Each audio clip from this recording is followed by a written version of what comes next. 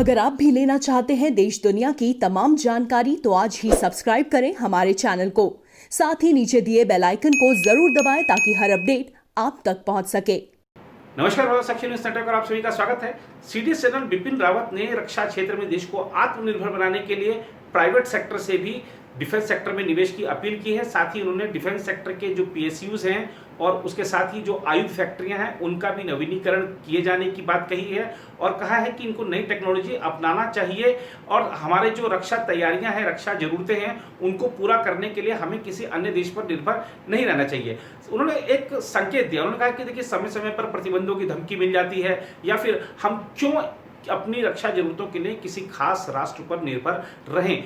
हमें अपनी रक्षा जरूरतों को खुद ही पूरा करना चाहिए और इस दिशा में सरकार भी कदम तेजी से बढ़ा रही है। और आप देखिए कि कितना आत्मनिर्भर हुआ है हमारा रक्षा क्षेत्र पिछले 3 सालों में, इसका उन्होंने ब्यौरा भी दिया। 2016-17 का आंकड़ा देखिए, 2016-17 का आंकड़ा बताता है कि हमने 1500 करोड़ रुपए का रक्षा निर्यात किया। 2018-19 में ये 1500 करोड़ रुपए बढ़कर 10,745 करोड़ रुपए हो जाते हैं, यानी 700% की एक बड़ी वृद्धि हुई है हमारे रक्षा निर्यात में। अपने आप में एक बड़ी उपलब्धि कहा जा सकता है इसको। आज सीडीएस जनरल बिपिन रावत ने जो फिक्की के एक समारोह को संबोधित करे थे, क्या क्या बड़ी बातें कही हैं वो आपके लिए जाना जरूरी है, हम आपको विस्तृत तरीके से बताएंगे। साथ ही बात करेंगे बीएसएफ की। बीएसएफ ने राजस्थान सीमा से भारत में घुसने का प्रयास कर रहे 2 घुसपैठियों को वहीं ठोक दिया और उनके पास से पाकिस्तानी मुद्रा भी बरामद की गई है, हेरोइन बरामद की गई है और भी काफी कुछ मिला है जिसके बारे में आपको बताएंगे। साथ ही बात करेंगे राष्ट्रीय राजधानी दिल्ली की, जहां पर कोरोना के मामलों में लगातार वृद्धि हो रही है और अब तेज वृद्धि हो रही है। जब स्वास्थ्य मंत्री सत्येंद्र जैन से पूछा गया कि क्या आप लॉकडाउन लगाएंगे तो आपको बताएंगे उन्होंने क्या कहा और क्या क्या सिलसिलेवार तरीके से उन्होंने प्रश्नों के जवाब दिए हैं। फिलहाल सबसे पहले बात करते हैं सीडीएस जनरल बिपिन रावत की। प्रमुख रक्षा अध्यक्ष यानी सीडीएस जनरल बिपिन रावत ने भारत के रक्षा सार्वजनिक क्षेत्र उपक्रमों यानी पीएसयू और आयुध फैक्ट्रियों का नवीकरण करने की बुधवार को अपील की। इसका उद्देश्य इनकी कार्य संस्कृति को बेहतर करना और गुणवत्ता को बढ़ाना है।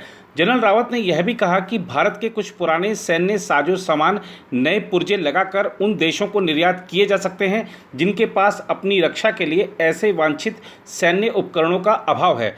रक्षा निर्यात पर एक सेमिनार को संबोधित करते हुए सीडीएस ने भारत के रक्षा व्यय के वितरण को भविष्य में बेहतर करने के लिए इस पर सावधानीपूर्वक गौर करने का भी समर्थन करते हुए कहा कि संसाधनों के उपयुक्त उपयोग के लिए व्यय का यथार्थवादी विश्लेषण अवश्य किया जाना चाहिए। उन्होंने कहा कि भारत को प्रतिबंधों की धमकी या अपनी सैन्य जरूरत के लिए किसी खास राष्ट्र पर निर्भर रहने से भी बाहर निकलना चाहिए। उन्होंने प्रतिबंधों का सामना करने वाले देशों से उपकरणों की खरीद में शामिल मुश्किलों की ओर इशारा करते हुए यह बात कही।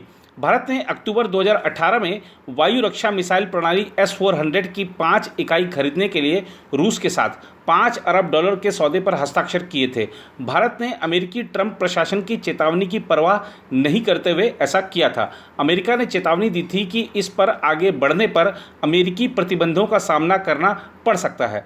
अमेरिका ने countering America's adversaries through sanctions act यानी काटसा के तहत रूस पर प्रतिबंध लगाए थे। यह कानून रूस से रक्षा हार्डवेयर खरीदने वाले देशों के खिलाफ दंडात्मक कार्रवाई का प्रावधान करता है। जनरल रावत ने कहा कि सैन्य साजो सामान के घरेलू उत्पादन को बढ़ावा देने के लिए सरकार द्वारा शुरू किए गए सुधारों के जरिए घरेलू उद्योग के तेज गति से वृद्धि प्रारंभ करने का मंच तैयार हो गया है। उन्होंने कहा, हमें अपनी आयुध फैक्ट्रियों और अन्य रक्षा पीएसयू के आधुनिकीकरण, उनकी कार्य संस्कृति और गुणवत्ता नियंत्रण के संदर्भ में नवीकरण करने की जरूरत है। उन्होंने भारतीय वाणिज्य एवं उद्योग महासंघ यानी फिक्की द्वारा आयोजित कार्यक्रम में कहा कि कुछ इकाइयों का कॉर्पोरेटीकरण करना डिजाइनर एंड यूजर के लिए एक प्रभावी उपाय सुनिश्चित करने की दिशा में एक रास्ता होगा। जनरल रावत ने कहा कि सशस्त्र बल देश में निर्मित हथियारों से भारत की जंग जीतने के प्रति प्रतिबद्ध हैं। उन्होंने कहा कि भारत के कुछ पुराने सैन्य साजो सामान का निर्यात किया जा सकता है। उन्होंने कहा, हमारे सैन्य बेड़े में ऐसे पुराने साजो सामान का भी एक हिस्सा है जिसे आने वाले दशकों में आधुनिकीकरण योजना के तहत लाना होगा। इन्हें कुछ नए पुर्जे लगाकर उन देशों को निर्यात किया जा सकता है जिन्हें अपनी रक्षा के लिए इस तरह की चीज़ों की ज़रूरत है। उन्होंने कहा, हम पुराने सैन्य उपकरणों को घरेलू उद्योग से भी साझा करने पर विचार कर सकते हैं ताकि उन्हें अत्याधुनिक प्रौद्योगिकी विकसित करने में मदद मिल सके। सीडीएस ने निजी उद्योग से निर्णायक सैन्य शक्ति के उपयोग के लिए दीर्घकालीन क्षमताओं में निवेश करने की अपील की। उन्होंने कहा कि पिछले 3 साल में भारत ने रक्षा निर्यात में 700% की वृद्धि की है। यह 2016-17 में 1500 करोड़ रुपए था, जो 2018-19 में बढ़कर 10,745 करोड़ रुपए हो गया। उन्होंने कहा, भारत विश्व में रक्षा के मद में सर्वाधिक व्यय करने के मामले में तीसरे स्थान पर है। वक्त आ गया है कि हम अपने रक्षा व्यय के वितरण पर गौर करें। हमें अपने व्यय का यथार्थवादी विश्लेषण करना होगा। दरअसल पिछले कुछ महीनों में सरकार ने भारत को रक्षा विनिर्माण का केंद्र बनाने की कोशिश के तहत सिलसिलेवार रूप से सुधार उपाय किए हैं, जिनमें अगस्त में 101 हथियार प्रणालियों के आयात पर रोक लगाने से जुड़ी घोषणा और मई में रक्षा क्षेत्र में प्रत्यक्ष विदेशी निवेश की सीमा 49% से बढ़ाकर 74% किया जाना शामिल है। उधर राजस्थान के श्रीगंगानगर जिले में बुधवार को सीमा सुरक्षा बल ने भारत पाक अंतर्राष्ट्रीय सीमा पार कर भारत में घुसने की कोशिश कर रहे 2 पाकिस्तानी घुसपैठियों को मार गिराया। एक अधिकारी ने यह जानकारी देते हुए बताया कि बीएसएफ ने इस घटना के बाद घुसपैठियों के पास से 2 पिस्तौल, पाकिस्तानी मुद्रा एवं हेरोइन और अन्य चीज़ें बरामद की।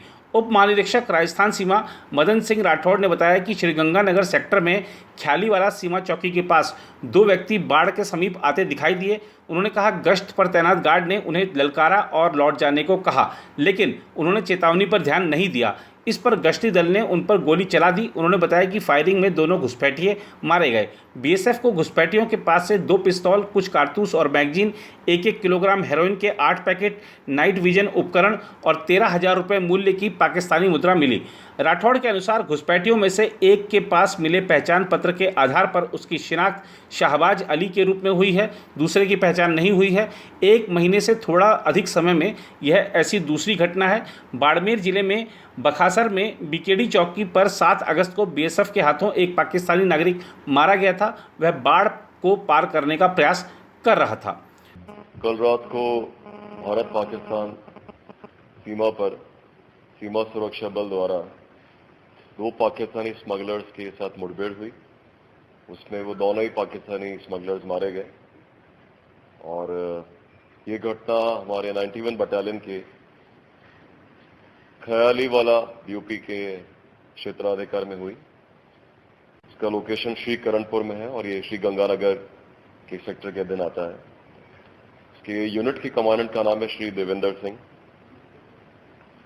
हमारे डीसीजी श्री जितेंद्र कुमार नागल को सूचना मिली थी कि कई दिनों से पाकिस्तानी स्मगलर कोशिश कर रहे हैं कि भारत की सीमा में कुछ मादक पदार्थ या नशीले पदार्थ फेंकें और हमारे डीआईजी गंगानगर श्री संजय कुमार स्वयं इस सारी गतिविधियों की समीक्षा कर रहे थे।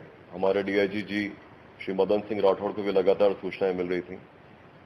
तो राजस्थान मुख्यालय राजस्थान सीमांत के निर्देश पर हमने ये डिसाइड किया कि एक ऑपरेशन चलाना है जिसमें स्मगलर्स को गिरफ्तार करें। और कल रात को जब ये स्मगलर्स बिल्कुल सीमा के करीब आ गए और करीब 11:15 बजे जब इन्होंने एक के बाद एक पैकेट्स हमारी सीमा के अंदर फेंकना शुरू किया तो हमारे जवानों ने उनको ललकारा और उसके बाद जो मुठभेड़ हुई, जो गोलीबारी हुई, उस दौरान ये दोनों पाकिस्तानी स्मगलर ढेर हो गए। 2 pistol, 4 magazine, 28 round pistol cover. सबसे इंटरेस्टिंग बात एक एनवीडी मिला इनके पास। नाइट विजन डिवाइस यूजुअली लोगों के पास होता नहीं है, न केवल एक काफी महंगा डिवाइस है, बहुत रेयर डिवाइस है। उधर राष्ट्रीय राजधानी में बीते एक पखवाड़े के दौरान कोविड-19 के मामलों में तीव्र वृद्धि हो रही है और बुधवार को एक दिन में संक्रमण के अब तक के सर्वाधिक 4,039 नए मामले सामने आने के बावजूद दिल्ली सरकार ने एक बार फिर लॉकडाउन लगाने की संभावना से इनकार किया है। प्रदेश के स्वास्थ्य मंत्री सत्येंद्र जैन ने कहा कि अर्थव्यवस्था को पूरी तरह बंद नहीं किया जा सकता क्योंकि लाखों लोगों की आजीविका इस पर निर्भर है। मंत्री ने कहा कि शहर के लोगों को इससे घबराना नहीं है बल्कि बेहद एहतियात बरतनी चाहिए और इस स्वास्थ्य संकट से निपटने के लिए सार्वजनिक जगहों पर ज़्यादा सतर्कता और जिम्मेदारी दिखानी चाहिए। इस महीने के शुरुआती 9 दिनों में ही दिल्ली में कोरोना वायरस संक्रमण के 26,417 नए मामले सामने आए हैं। बुधवार को संक्रमण के 4,000 से ज़्यादा नए मामलों के साथ ही राष्ट्रीय राजधानी में कुल संक्रमितों की संख्या 2 लाख के पार पहुंच गई। इस महामारी से अब तक यहां 4,638 लोगों की मौत हो चुकी है। दिल्ली में अगस्त में संक्रमण के मामलों में कमी के बाद सितंबर में अचानक से मामलों के बढ़ने के चलते बेचैनी के बनते माहौल पर सत्येंद्र जैन ने कहा, यह सदी में एक बार आने वाली महामारी है जो 1918 के स्पेनिश फ्लू के बाद आई है और लोगों को कोविड-19 के साथ जीना सीखना होगा क्योंकि यह इतनी जल्दी जाने वाला नहीं है। दिल्ली के स्वास्थ्य मंत्री ने एक साक्षात्कार में यह पूछे जाने पर कि क्या मौजूदा परिदृश्य को देखते हुए एक बार फिर लॉकडाउन को दौर देखने को मिल सकता है, कहा इसके साथ ही आप सब कुछ यानी अर्थव्यवस्था को पूरी तरह बंद नहीं कर सकते हैं क्योंकि इस पर लाखों लोगों की आजीविका टिकी है। राष्ट्रीय राजधानी में संक्रमण के एक दिन में सर्वाधिक मामले चरणबद्ध तरीके से मेट्रो का संचालन फिर से शुरू होने के 3 दिन बाद आए हैं। बहुत से लोगों का मानना है कि मेट्रो सेवाओं के फिर से शुरू होने से कोरोना वायरस संक्रमण के मामलों में और बढ़ोतरी होगी। यह पूछे जाने पर कि क्या बढ़ते मामलों के बीच मेट्रो सेवा शुरू किए जाने का फैसला सही है, उन्होंने कहा लोगों को ज़्यादा सजग रहना होगा और सार्वजनिक स्थानों पर ज़्यादा जिम्मेदारी दिखानी होगी। अगर आप मास्क नहीं पहनेंगे तो सिर्फ मेट्रो में ही नहीं, आप कहीं भी संक्रमण की चपेट में आ सकते हैं। घबराने की जरूरत नहीं पर जोर देते हुए सत्येंद्र जैन ने कहा, जैसा कि मैंने कहा हमें कोविड के साथ रहना सीखना होगा। पहले यह माना जा रहा था कि यह वायरस गर्मियों में खत्म हो जाएगा या मानसून में यह कम सक्रिय होगा, यह अब भी मौजूद है। ऐसा लगता है कि यह अभी काफ़ी वक्त तक रहने वाला है। सत्येंद्र जैन ने कहा अगर लॉकडाउन समाधान होता तब कोई नया मामला सामने नहीं आता। देश में नए मामलों की संख्या रोजाना 90,000 तक पहुंच रही है और अनलॉक की प्रक्रिया अभी चालू है। लॉकडाउन अभी खत्म नहीं हुआ है। कई राज्यों ने मामले के बढ़ने के बाद लॉकडाउन बढ़ा दिया था या उसे फिर से लागू किया है। उधर फिल्म अभिनेत्री कंगना रनौत ने एक बार फिर से सिलसिलेवार ट्वीट किए हैं और मुख्यमंत्री उद्धव ठाकरे पर निशाना साधा है, फिल्मकार करण जौहर पर निशाना साधा है और उन्होंने कहा कि ये जो मूवी माफिया के कहने पर आपने मेरे ऑफिस पर कार्रवाई की है इसका जवाब जनता देगी। और साथ ही कंगना रनौत ने कहा है कि आप मेरा घर भी तोड़ दीजिए, मेरा मुंह भी तोड़ दीजिए, जनता देखे, देश देखे, दुनिया देखे कि आप कितने क्रूर हैं। और भी उन्होंने काफ़ी कुछ टिप्पणियां की हैं, लगातार वो ट्वीट कर रही हैं। और इस बीच कंगना के समर्थन में अब देखिए कि चाहे बॉलीवुड के मुख्य धारा के कलाकार नहीं सामने आ रहे हैं लेकिन कई सारे फिल्मकारों ने, अभिनेता अभिनेत्रियों ने उनका समर्थन किया है।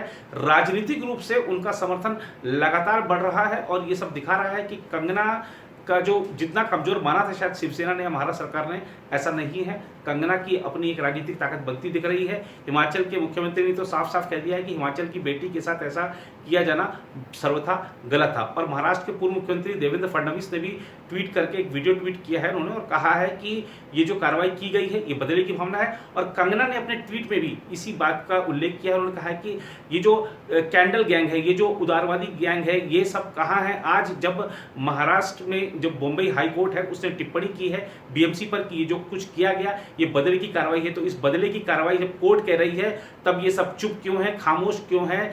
ये जो कैंडल मार्च वाला गैंग है, ये जो अवार्ड वापसी गैंग है। और आइए आपको अंत में हम दिखा देते हैं कि महाराष्ट्र के पूर्व मुख्यमंत्री देवेंद्र फडणवीस ने इन सब मुद्दों पर जो अपना वीडियो ट्वीट किया है उसमें उन्होंने कहा क्या है। अपने खिलाफ बात करने वालों को हम रास्ते पर रोककर मारेंगे और सरकार के समर्थन से हम ये काम करेंगे, ऐसा महाराष्ट्र के इतिहास में कभी नहीं हुआ। जो बात गलत है उसको गलत कहना ही चाहिए, लेकिन उस बात से महाराष्ट्र का जितना अपमान होता है या महाराष्ट्र पुलिस का जितना अपमान होता है उतना ही अपमान सरकार जिस प्रकार की कार्रवाई कर रही है उस कार्रवाई के कारण महाराष्ट्र का पूरे देश में हो रहा है। अगर इलीगल कंस्ट्रक्शन है तो जरूर कार्रवाई होनी चाहिए, लेकिन सबके साथ ये कार्रवाई होती तो निश्चित रूप से उचित कार्रवाई होती।